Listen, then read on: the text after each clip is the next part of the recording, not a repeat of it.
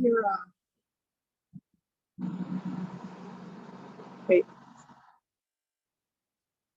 Megan, can you hear us? No, I think that maybe let's continue with Jesse. Yeah, hi. Well, I've always been interested in measurement. I started in a science family and studied physics and then moved to architecture where you measure a lot as well. And then in the environmental research after that, I found that there were lots of opportunities to use measurement in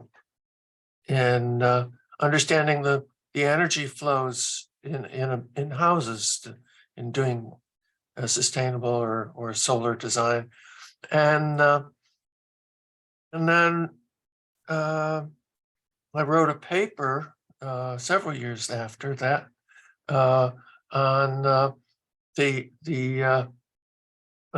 energy return on energy invested for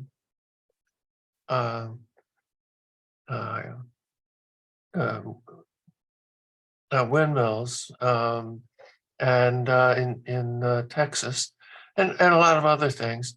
And so in that case, that showed that there was a 70% undercount of the CO2 produced by the costs, by the money of the windmill, and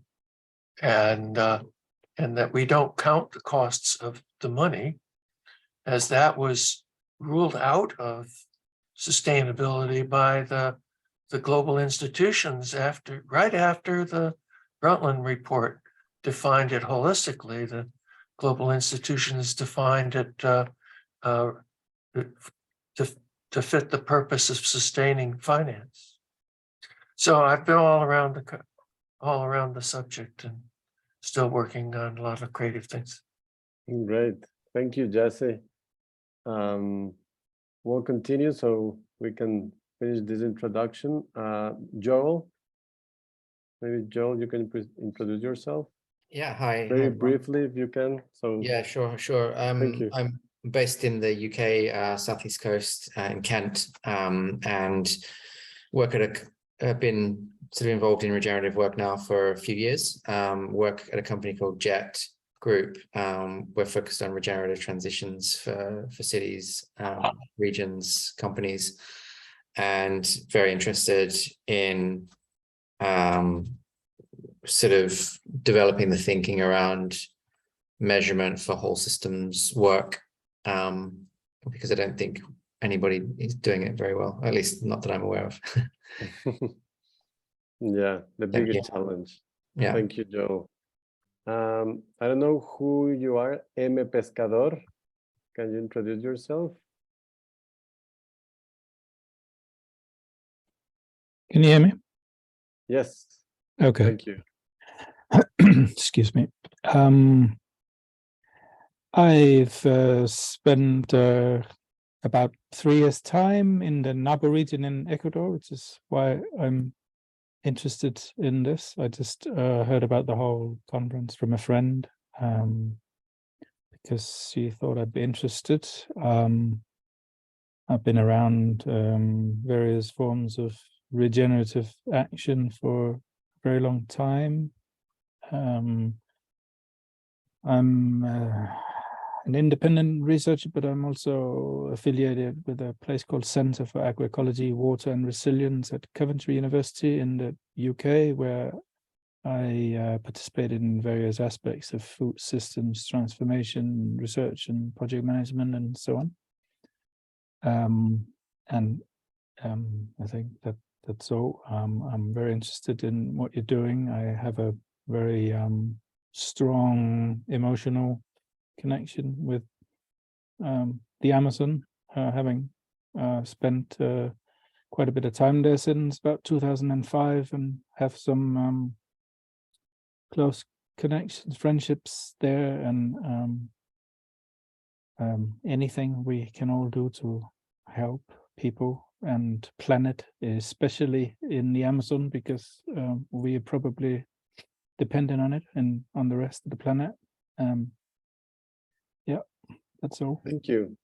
Thank you. I didn't get your name, maybe? My name is Martin. Martin. Okay. Nice to have you here, Martin. Thank you for joining us. Paula, can you introduce yourself, please? Yes. Hello, everybody. This is Paula. I'm based in Colombia, but I'm originally from Romania, and I came to the Bioregional Summit by way of an invitation from two of the conveners.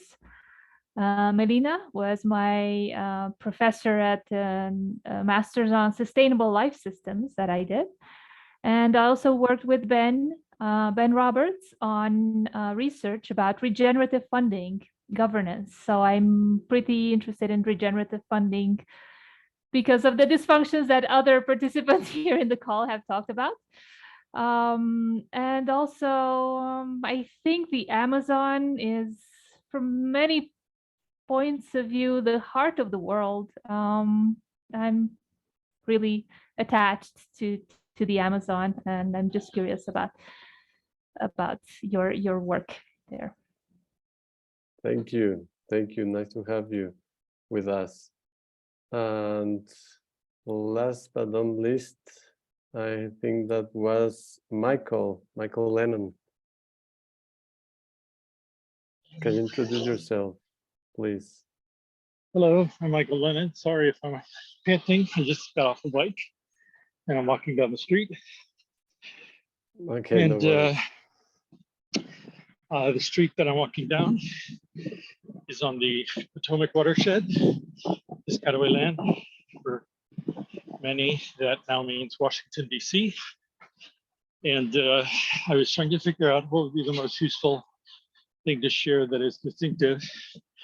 Although I've been an amateur student in permaculture and regeneration now for longer than I care to admit, although less than most, the thing that I have been focused on is learning. I teach, and both teach individuals and teach collective learning. And so this idea of how do you sense what is going on and how do you make sense of what you're seeing, and then how do you respond, is all kind of part of the focus that I am in. And when I say you, that you could be a digital being, it could be a colony of actors, it could be an individual. So we tend to focus on human-centered measurement, and that can be sometimes one of the ways we keep certain blind spots going. Anyway, enough out of me. Eso es todo. Hasta luego. Thank you, Michael. And I think that Peter, you just joined. Oh, Megan, you're back. And me, You can, yes. yeah, I please apologize introduce for yourself. earlier. Yes. Hello, No I'm Megan. worries. I'm in Vancouver, BC, downtown. It doesn't feel very connected to any natural landscapes, that's for sure.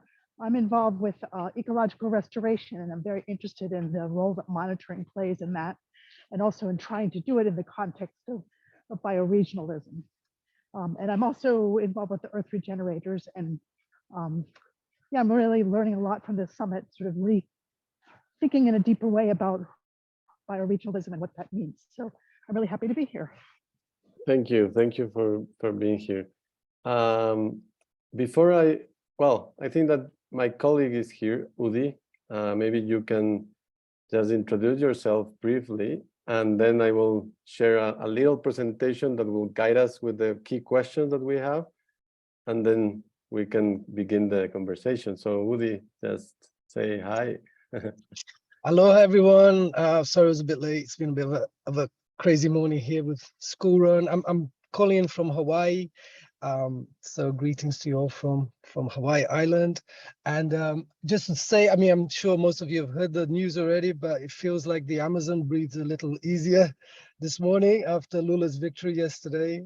That has a very solid plan and very competent minister to engage with that part of the world. So I'm very happy with the news from yesterday. I was very tense following the elections yesterday.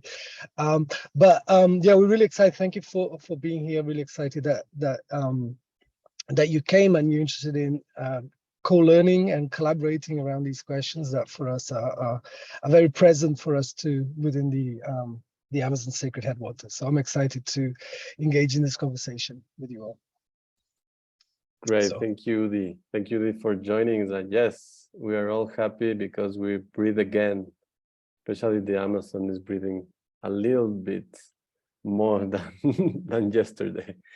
Our idea for today's sessions, I apologize everyone if it took a little time, but I thought that it was important to get know each other and know who are we talking with, because this was a conversation space. My idea right now is to give you a very short presentation, maybe 10 minutes tops, to give you a context of what is the Amazon Sacred Headwaters bioregion and its plan especially, and what are the main questions that are like our greatest challenges that we have in front of us around these issues of monitoring, evaluating, and learning systems. So I'm going to share my screen. Well, I wanted to present you very briefly. This is our initiative. I'm talking, and Udi and I are talking in behalf of these peoples, these indigenous peoples and its organizations that have lifted this amazing initiative almost 5 years ago. This is our session that we have been introducing about bioregional planning, measuring, and evaluation and learning process.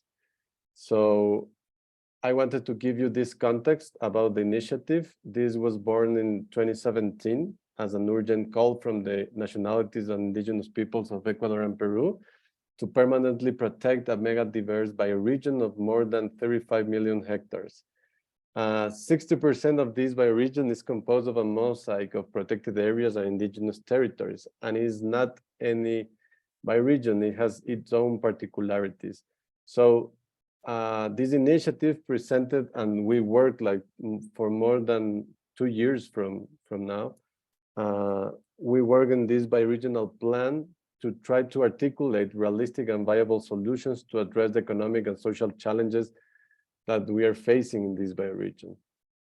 So where is this bioregion?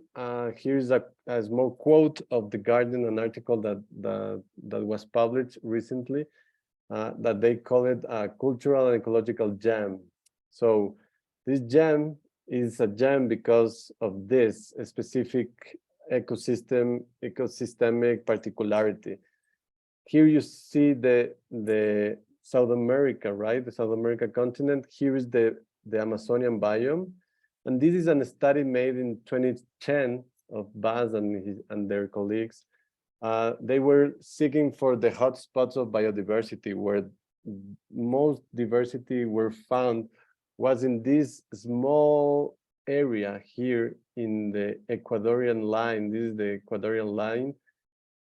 This is the Yasuni National Park, really.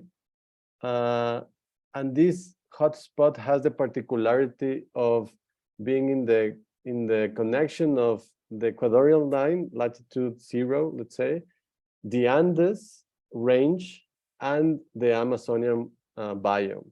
So this interconnection was shown that it made it birth like this amazing hotspot of biodiversity because of these different dimensions getting together in this zone. And also all of this range, because of the ecosystemic connection that has the Andes with the Amazon and the different floor levels of ecosystems, you will see that all this red zone is part of this biodiversity. What we encircle in blue line, this is the Amazon Sacred Headwaters bioregion. So it's a very, very rich bioregion in terms of biodiversity mainly. And this is our most illusion, like what's excited the most is the diversity of peoples and cultures that live here also. So here you will see this map of each color is an indigenous territory that exists, that lives and inhabits this bioregion. So there are more than 30 peoples and different 30 peoples and nationalities that live here between the Ecuadorian side and the Peruvian side. And that's why this is the main reason of existence of this initiative. So just to give you a little ideas of the plan that we made, was first to have an approach of a bioregion, bioregion, because the need of interconnect and interdependent ecological functions and processes that we saw in this region, but also the share of cultures and economic and historic characteristics of the nationalities that live there. So the bioregionalism demands from us as planners and technical team a change of our ethics mentality, and we needed to shift our anthropocentric view to an ecocentric vision, which puts life in the center of the concerns, right? The indigenous peoples and other local communities that live here must be the ones that lead the process. This was another key approach that we had with this plan. So just to give you a short summary of how was it organized in an 18-month construction process. We made a lot of workshops with the different organizations. We have more than 50 people, like technical team, experts, consultants, technicians that were working with us around it. And we gathered information, we discussed it, we have a lot of feedback, we have a processing process, and we have to have some graphic mediation and edition in these months. It was a very hard work, especially because it was cut by the pandemic in the middle of the process, so it was very challenging. But at the end, I think that we had a great result from it. Our main proposals in this plan were around strategies for a post-COVID recovery, like what kind of transitions, big transitions we can propose to the world, not only to this region. We were seeking for big agreements, like the declaration of the permanent protection of this bioregion of limits of extractive industries. Another big proposal was the legalization of more than 9 million hectares of indigenous land that are demanded, but they are not legalized so far. We have demonstrated that the indigenous territories are the best preserved regions in the whole Amazon and in the world. There is a study of the World Bank that says that 80% of biodiversity is in hands of indigenous people. So we know that that's a big challenge and will be very successful if we accomplish. Also, we are seeking with this plan to ensure Buen Vivir in the whole Amazon, not only for indigenous people, but also to all kind of people that live in the cities or peasants or different populations, that we need to give better conditions of life so they don't need to go to extractive industries, right? But at the same time, the challenge is to maintain biodiversity and cultures.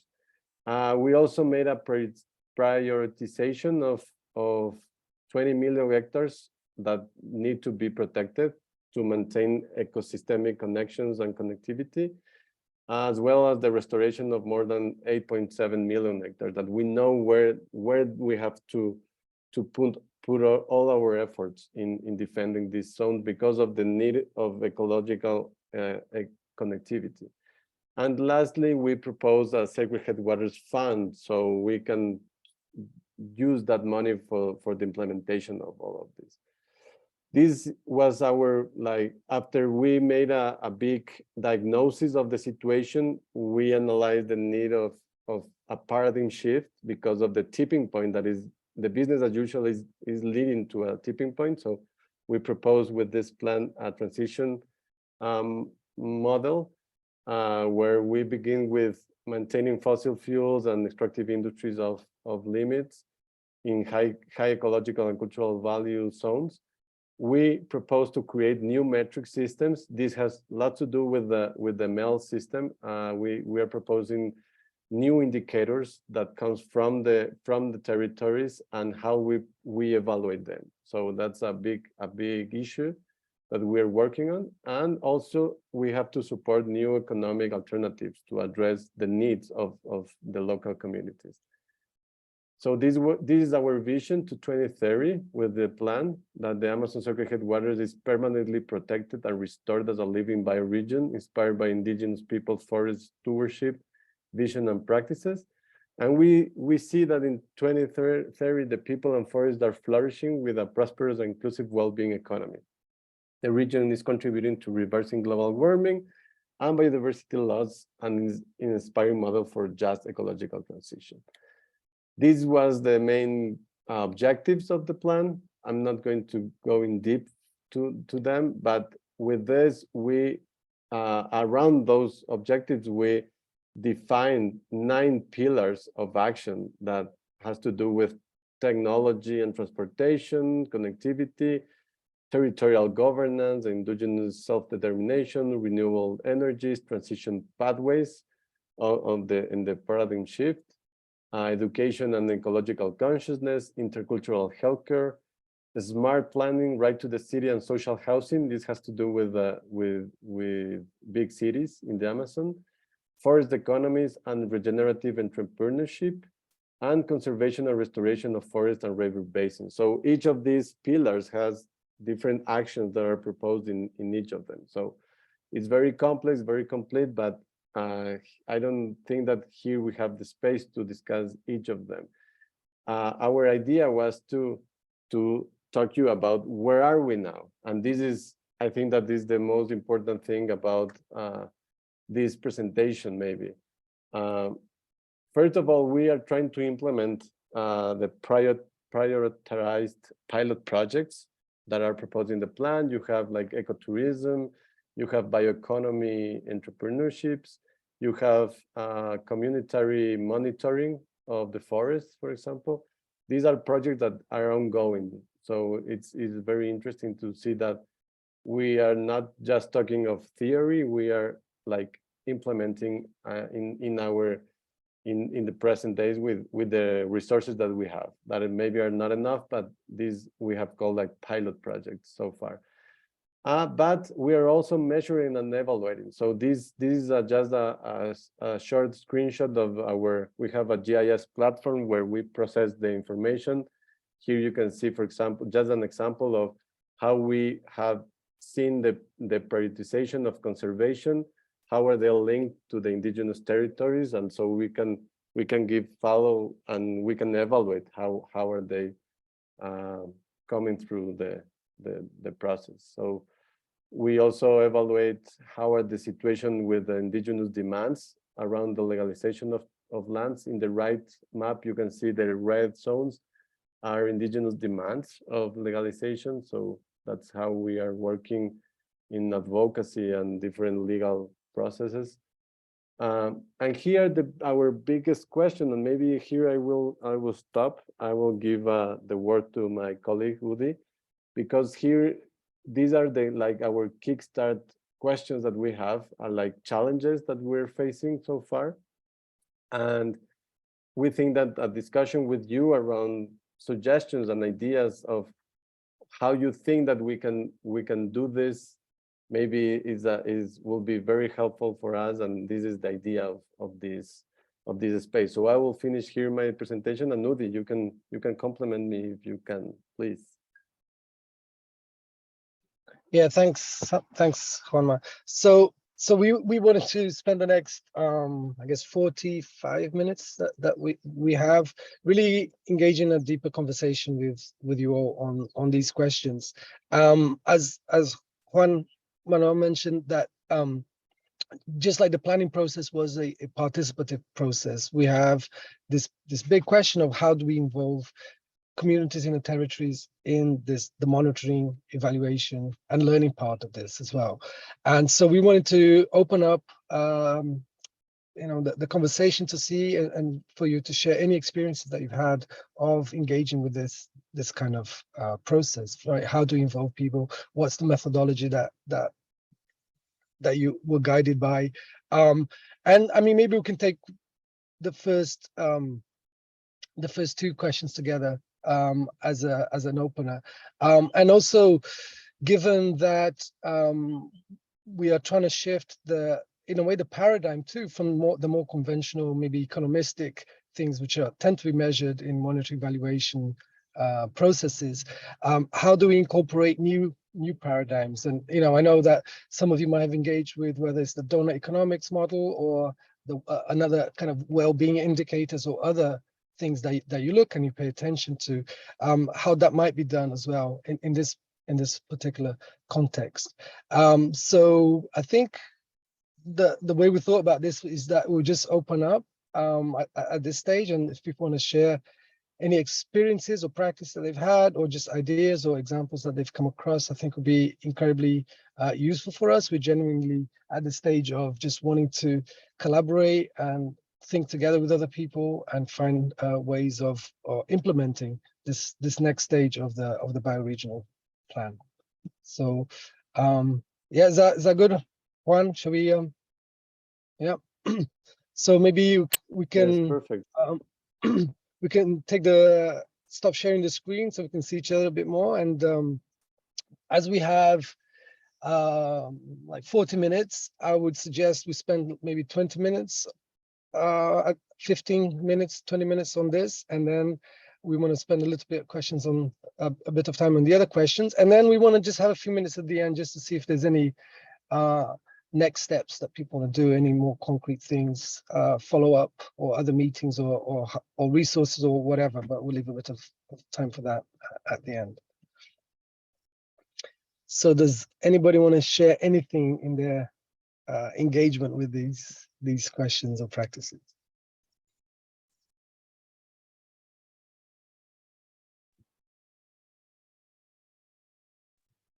This is Yes, Jesse. please. Oh, Claire, go ahead. Go ahead, Claire.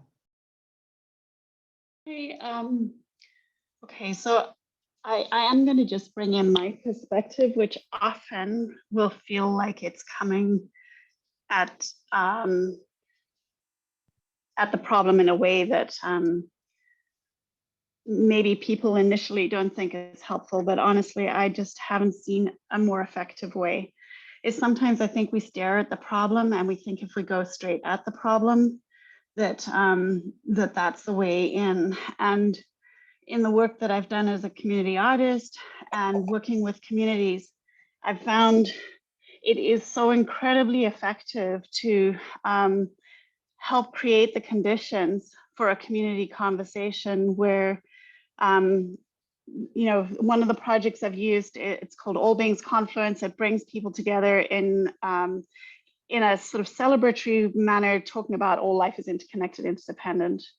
And in those conversations, as communities people do come together and they have those conversations, they're open to a whole bunch of other conversations that are related, and it brings them up. And especially if you do parallel programming along with that art project or whatever the project is, but it isn't directly related to the land regeneration. And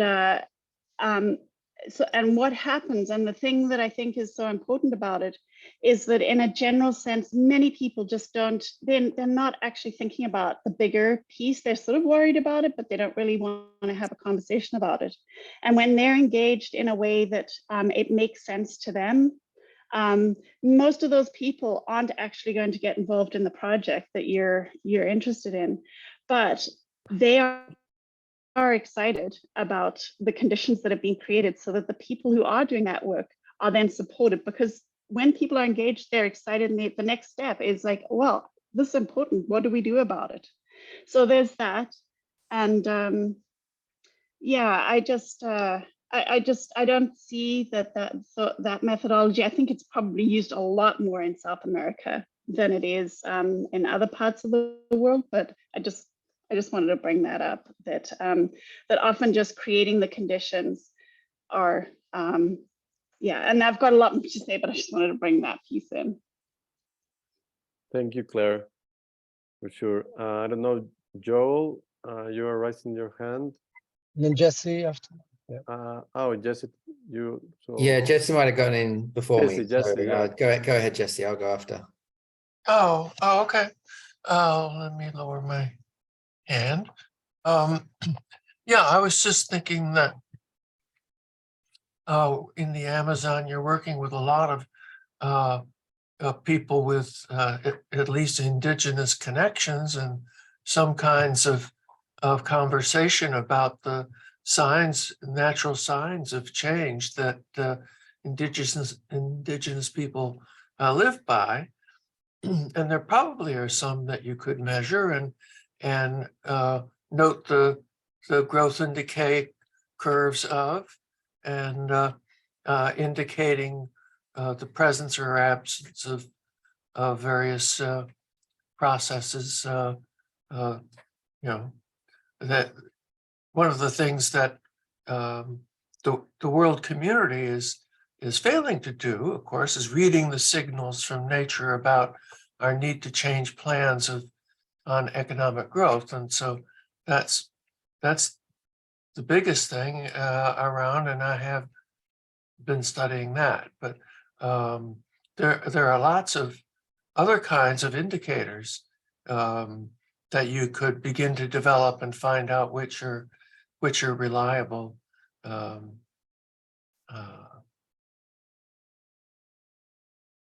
was all. Great, thanks, Jesse. That's a great suggestion as well. Joe? Yeah, so as I've been sort of thinking about this in a very different context to the Amazon, the question that really came up for me is like, how do you think about measurement, or what kind of process can we run around measurement that makes the outcome really place sourced? So I think one of the things with measurement is that, at least in the culture that I'm most actively participating in, it's kind of, I guess, tempting to think about like best practices or ways of doing it, which can be the same across many different places. And I think that's kind of, it's so tempting, but it's also so antithetical to how regeneration actually works. And so I think that we should be, well, I've been thinking about just being really rigorous around the place sourcing of what gets measured and how it gets measured. So what that sort of, and sort of combining that with another thought is that everything that we're seeking to measure is essentially I think what we're trying to do is to quantify a kind of dynamic stability in a whole process flow, which is like life in a bioregion. And so I think if we can be really, if we can be really conscious of that we're actually just trying to quantify sort of temporary dynamic stabilities. But the measurement approach has to, for it not to become static and again, sort of become a dead structure, it has to continue to participate in the flow of life in the bioregion, just as everything else that's alive in the bioregion has to. And so I think then, that sort of leads me to think of what kinds of interim sort of dynamic stabilities are we seeking to support in the bioregion? And how do people communicate the states of living process in that place? Like, how do people naturally communicate the states of living process in that place?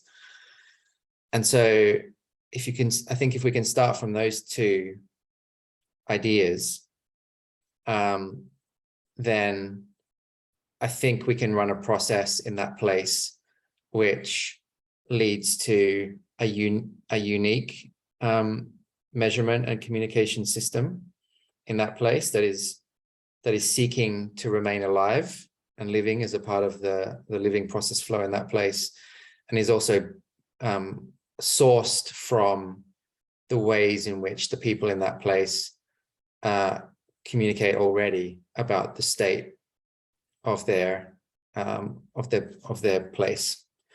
And I think those are probably the two most important things, most important sort of qualities to build into a way of measuring. Thanks, Ro. That was really interesting. That was really, really great, sensitive suggestions there. Is it Martin and then Mari? Yeah. Yeah. Can you hear me? Yeah. Yes.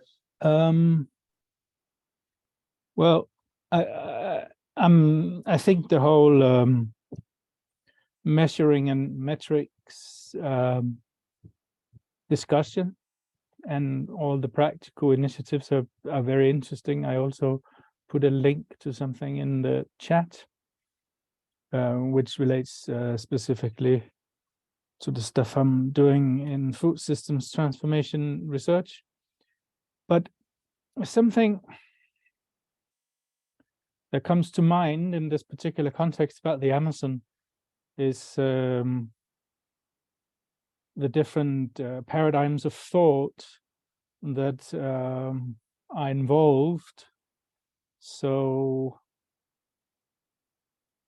the outlook on reality tends to be slightly different in Amazonian cultures when you compare it to the modern European outlook of science.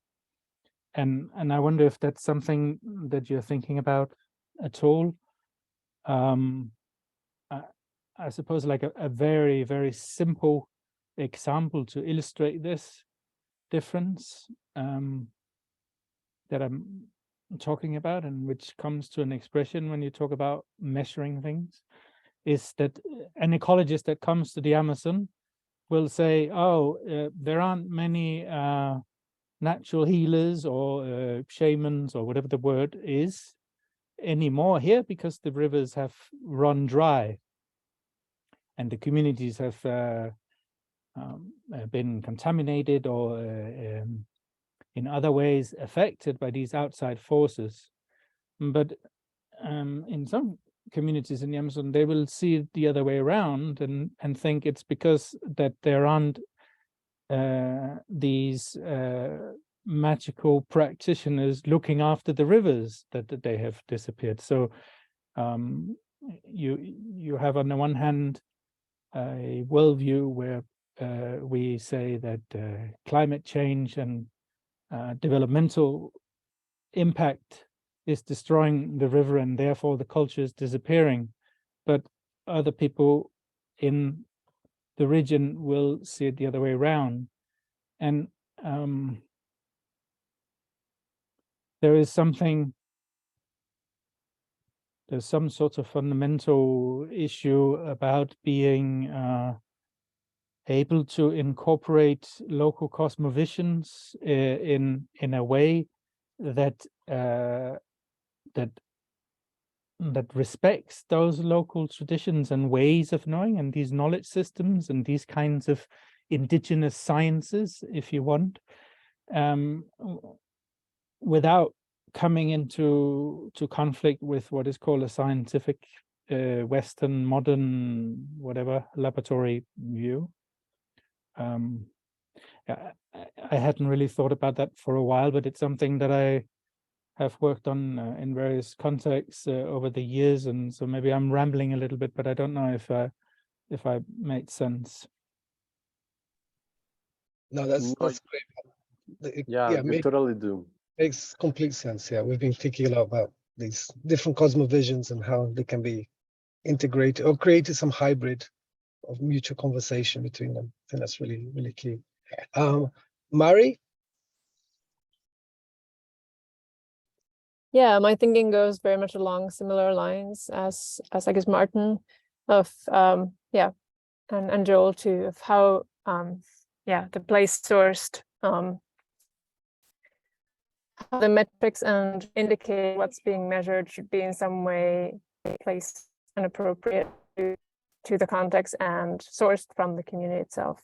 So a couple of things that along the lines of what Martin was speaking to, very much the whole concept of we're going to measure something and that indicates that's going to be threshold and kind of linear progress towards something indicates a certain kind of concept of time and you know, usually pretty linear way of thinking. So it'd be an interesting exercise to think about, like, what would another concept of time, what would measuring and evaluation in accordance with a different cosmology that maybe has cyclical concept of time, what would that look like? And similarly with like broader ideas of like how are different ecological changes registered, how can we seriously take into account the more indigenous narrative and story about its meaning. So for example, I've spent many years in South Asia, and there the notorious level of pollution of the rivers, when the rivers are seen as goddesses by Hindus, sometimes their take is that because the river is a goddess, she's powerful and she can therefore take that level of pollution and it remains spiritual pure, even if materially polluted. So what kind of metrics would be sensitive to that? So I guess I'll put in a plug for leaving space for maybe a story-based or narrative-based, I don't even want to call it metrics, but recording indicators as opposed to just numbers-based metrics. But I'll leave it at that.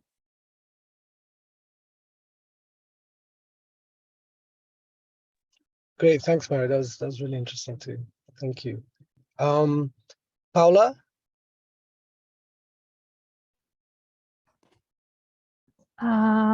Yeah, I think I was also thinking of things along the lines of everything that's been shared.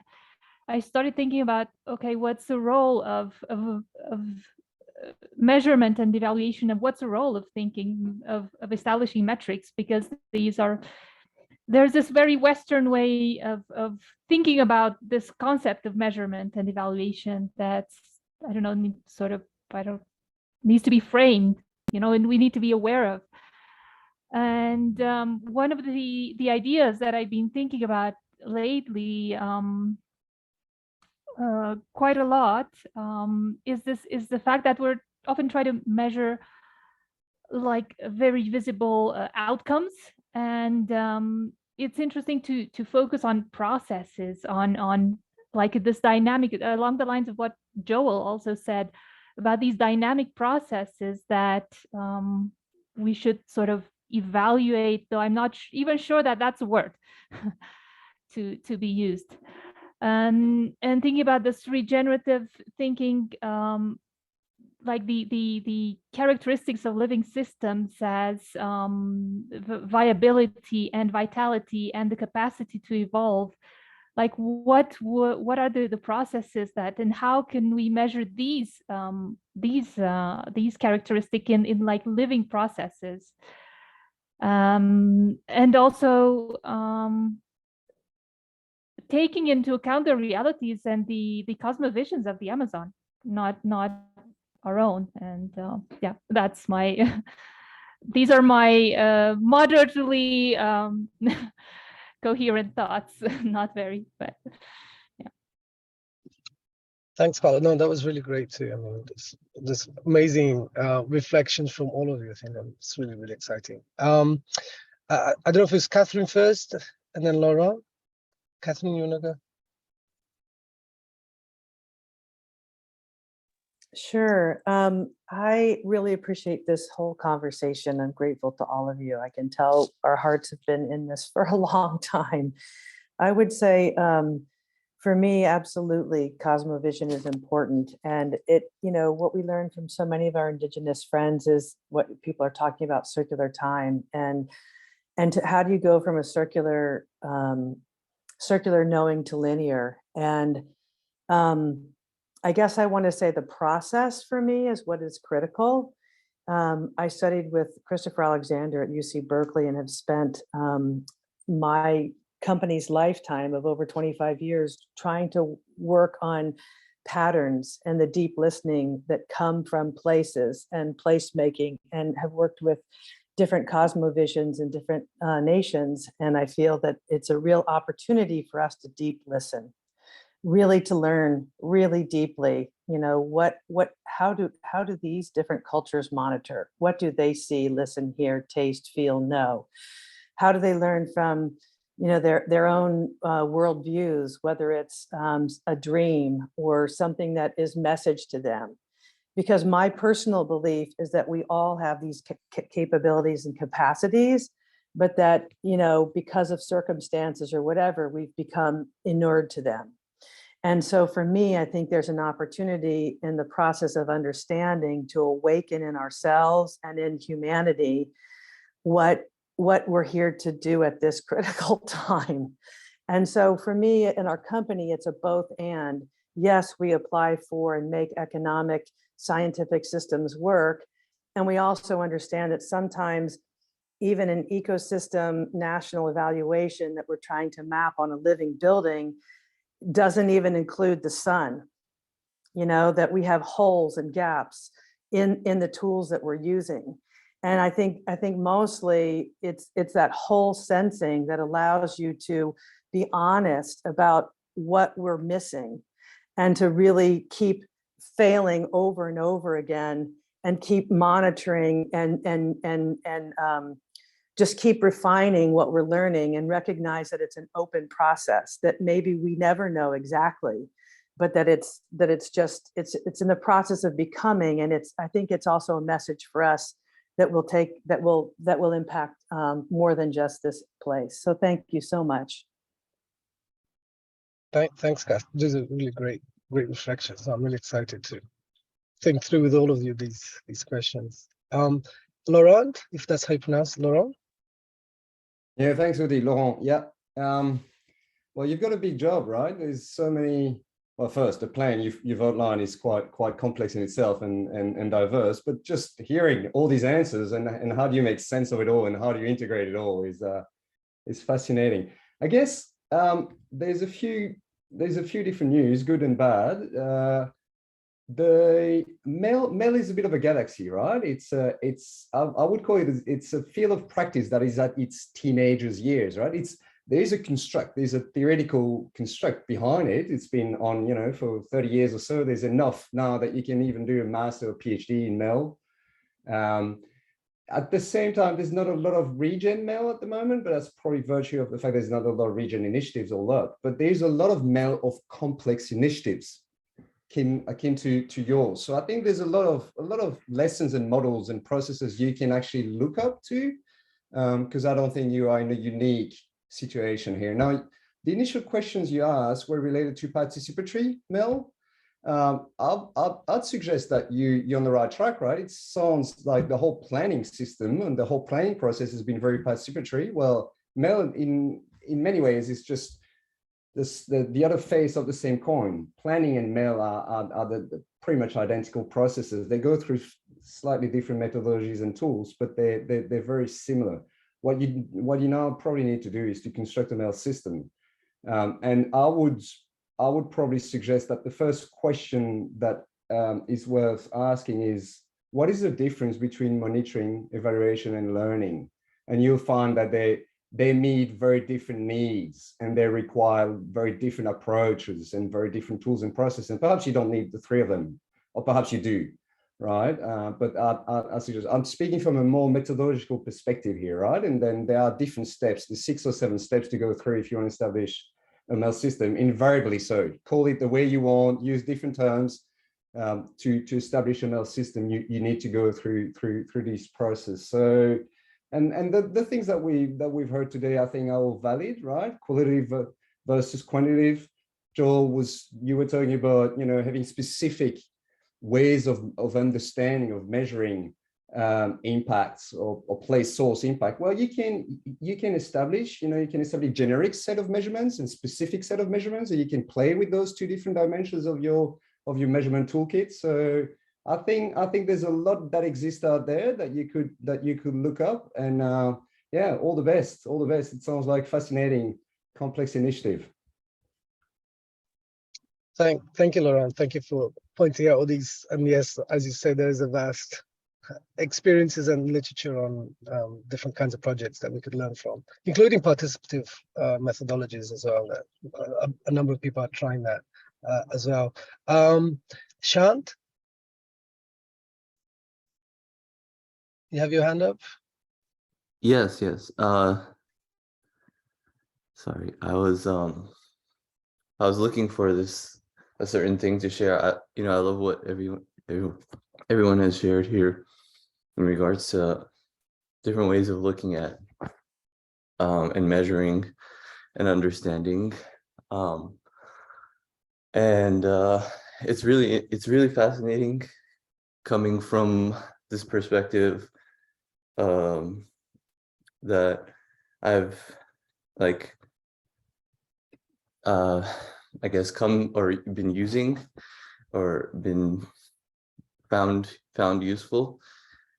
So one thing I think is this idea of synchronicity and measuring around synchronicity. And that idea of synchronicity ties with, so there is this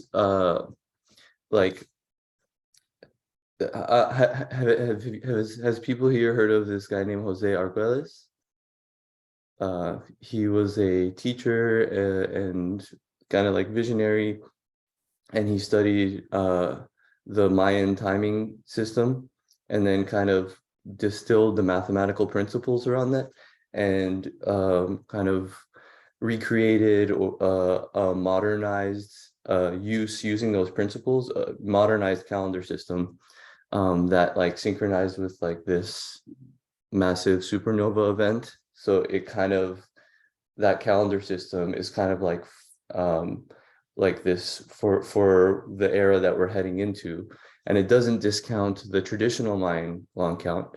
But what I found in using that system and that calendar, like I was looking for that thing, but like, for example, this, what I found is using this to kind of as a lens to understand the world and time has really shifted my relationship to how I approach the world and energy, because this takes into account energy. And so the question, for example, a really great synchronicity is that the energetic quality of the year that we're in, starting this past July until next July, is all about measurement.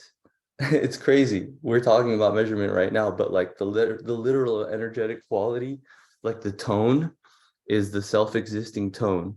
And the self-existing, so this energetic year is the red self-existing moon. So it takes into account like this ideographic symbol that has qualities and then a tone that has energetic qualities. And once you're aware of that, the synchronicities just pop up. And so then you learn from that because you notice that it's aligned, it's synchronized with a higher order functioning of how the universe and energy works. So the reason why, for me, it's looking like, okay, it makes perfect sense that we're talking about energy, measurement here. And then also this whole event is taking into account the form of a bioregion. Like we're observing what the form of a bioregion is. That's also part. The qualities of that tone are like measuring form and defining things. So we're wanting to define like what we're moving into in this context. So it's really fascinating to just start looking at it. And there's a lot of cycles within this, small from the smallest like 3 to 4 day cycle all the way to like year 13, 28 year cycles that you can take into account using this system. And like there's this the months of a calendar, it's like a 13 moon, so it's like the months are like 28 days and regularized, but they also take into account like the energies, they become fractal. So I know I'm kind of like selling this in a way, like, hey guys, check this out. But it's really amazing when this emerges in your experience and becomes a lens to make sense of, and it's literally what a lot of you were just circling around in, like, how do we get circular time? How do we bridge this indigenous with modern day like things? It's through a tool like this that like takes into account both and comes to like this new creation and a synthesis, and then really using something like this as that has established like the kind of base or like a way of seeing it, and then kind of injecting it or using it to tell the stories and the stories of synchronicity. So yeah, thank you, Sean. That was I hadn't come across that, so I think some people are asking too if you can share a link to this on the chat, then yeah, for sure, I'll share it. Appreciate that. So Michael, did you wanna, and then I was gonna say we only have 10 minutes assigned for the session, so I was gonna say if Juan, if you wanted to just have any reflection after, but also just see if there's an interest of just next steps if people want to connect again, share resources on this. For us, it's been really incredibly useful as well, and all of the different reflections. I think some of those things we'll definitely be engaging with. Others have provoked different thoughts for me as well. So would definitely like to follow up with those of you that are interested. Michael, did you want to share something? Sure. Thank you. Enjoying the conversation. I must admit that I come into the conversation with an existing set of biases that I'll try and expose, and then and not that they're the truth, but rather just how I make sense of the space. I was trained as an economist, and there are many ways in which we have dropped the ball, that we have lost the thread, right? And so I wanted to kind of highlight what some of those for me have been, some of the kind of, oh, we learned this, we learned this, we learned this, not because we have figured it all out, but like some mistakes worth not repeating. And so mistake number one was, of course, to start with GDP as the way of looking at the ecosystem. And if it was financialized, to look at that as the representation of the living system. And although there's still not a perfect indicator, if you had to pick one these days in the conversation, the new single indicator, and there's a flaw to even framing it that way, is women's education. Why? Because women's education is a life cycle. It's something that happens early in a life cycle. So let me say some of the positive benefits that came from looking at that more carefully. Women who, the more educated they are, the more economic freedom they have, the more they can control their own bodies, the better children they raise, the more economic choices and freedom their children have. So it's kind of a multiplier thing that was hidden in not visible by looking financially at the system. And so, what is it that's useful about looking at women's education in addition to it being a multiplier is that it happens early in a life cycle. And again, it has a way of paying off. So in the hunt for indicators, which is what I heard your question about, how do we measure, how do we look? It might be looking at influencers, important living parts of the system, and looking at what helps those parts of the system flourish.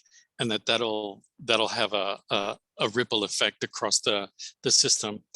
A second blind spot that the economics profession has had is doing too much output-oriented kind of measurement, right? So, for example, when I started at the first economic institution I worked, you would talk about forests through acres of lumber produced, right? And you were not treated credibly if you spoke about it any other way, So there were naturalists, people in this room would be saying carbon flows and biodiversity, but that wouldn't get you into the front office. Now it's understood that those are better predictors. These relational metrics, rather than output, tend to illustrate dimensions of the ecosystem that are not viewable through process metrics. And so looking at important relational metrics, what are the flows, what are the important flows, and how do we see them and sense them is also an important, it could be following the water, but it could be whatever. There are two more I throw out there and then I'll shut up, I promise. One is that the unit that we were using to measure what was going on, for example, was country. $10 million were being put in Kenya, and everything was being tracked at the level of Kenya. And so when somebody said, hey, should we look by city or by county? All of a sudden, people could see that all the money was going to the capitals and not across the whole ecosystem.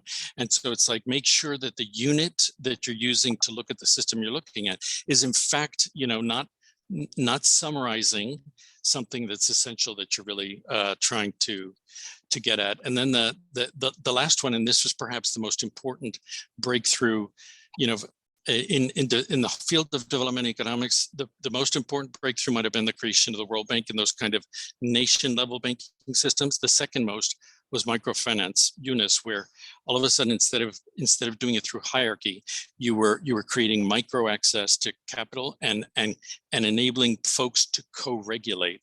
And so metrics that look at how much is co-regulation happening at the micro level, whether it's around the finances, whether it's around the river flow, whether it's around but how are people co-regulating around and the metrics are pretty immature at this stage, but they're highly predictive of a whole range of things, including quality of governance of commons and things of that nature. And so it might be one of these places to be putting time and energy. So I know that was a lot of talking, but yeah, and I know it was a bit more techie than others might have been. Thank you. Thank you, Michael. We appreciate that. I think we definitely have the big challenge of scale of thinking about, as Juan was mentioning, 85 million hectares, 30 nationalities. It's also this challenge of how to operate at that unit or multiple units within that unit too. Jesse, do you want to have maybe just a quick? You have your hand up. I'm always good at being quick. Okay. Yeah, I guess the idea I wanted to add, sort of where I started, was realizing that you can read any measure any way you want, and that you can turn them into other things. And the two most prominent ones are either reading a number as a performance indicator for something, the effect of on the outside, or as a health indicator, as an effect on the inside. And if we're considering ourselves as caretakers or guardians or aides or something to living systems, we should mostly be looking at our indicators as health indicators, vitality, internal comfort, and so forth. And one I just to throw in an odd odd one. I think I've sort of observed that aiding indigenous cultures sort of robs them of their internal structure much of the time. Like if you give people food, they aren't getting food their own way, you know, and then they lose that way. So there are all these things that we should be watching for. Thank you, Jesse. So we have only a couple of minutes left, and maybe we'll just use that time if people allow us. Juan, I don't know if you have any brief reflections on this, and I would just say too, in terms of follow-up, we didn't have extensive time to have any conversation on that, but if people do want to keep in touch, I think Juan and myself are committed to definitely furthering this conversation, and also not just a conversation, but we're actually building these systems and processes collectively with people on the ground.